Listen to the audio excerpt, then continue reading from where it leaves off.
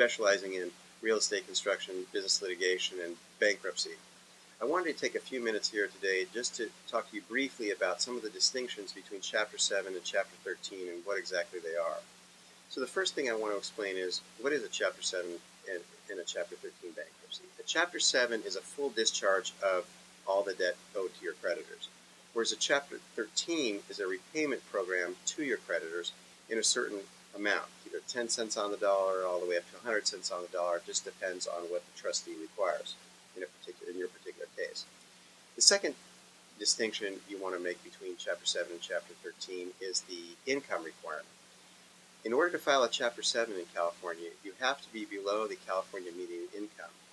There has to be a test. We have to run, if you have dependents, you may be able to qualify even if you're over the California median income. But in order to qualify for filing, you have to be below or at the California median income for filing purposes. If not, you'll be relegated into a Chapter 13 repayment program, repaying a portion of your debt to your creditors.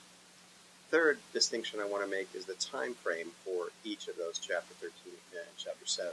In a Chapter 7 bankruptcy, Chapter 7 is the discharge of all your debt, occurs in 90 to 120 days, whereas a Chapter 13 bankruptcy will occur and the discharge will take place probably 3 to 5 years after the filing.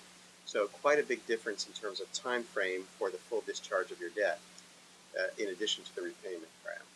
Now, finally, in this economic time, I find a lot of my clients dealing with loan modification, short sale, foreclosure, auction, deed in lieu.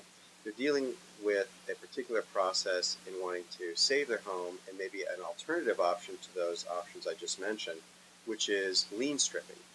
There's a lot of misinformation out there about lien stripping, so let me clarify it with respect to bankruptcy.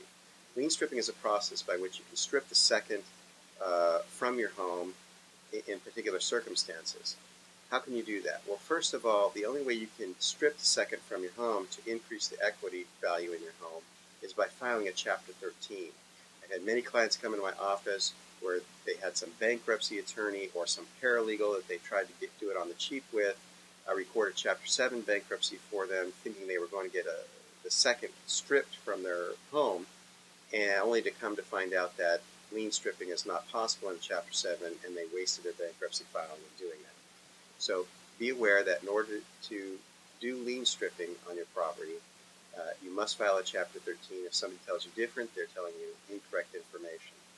If you have different circumstances, or you want to find out if you qualify for the filing of a Chapter 7, or you want to find out if your circumstances allow for a lien stripping process to preserve some of the equity in your home, feel free to give us a call and speak to myself or my partner Alan Sanders. We'll be happy to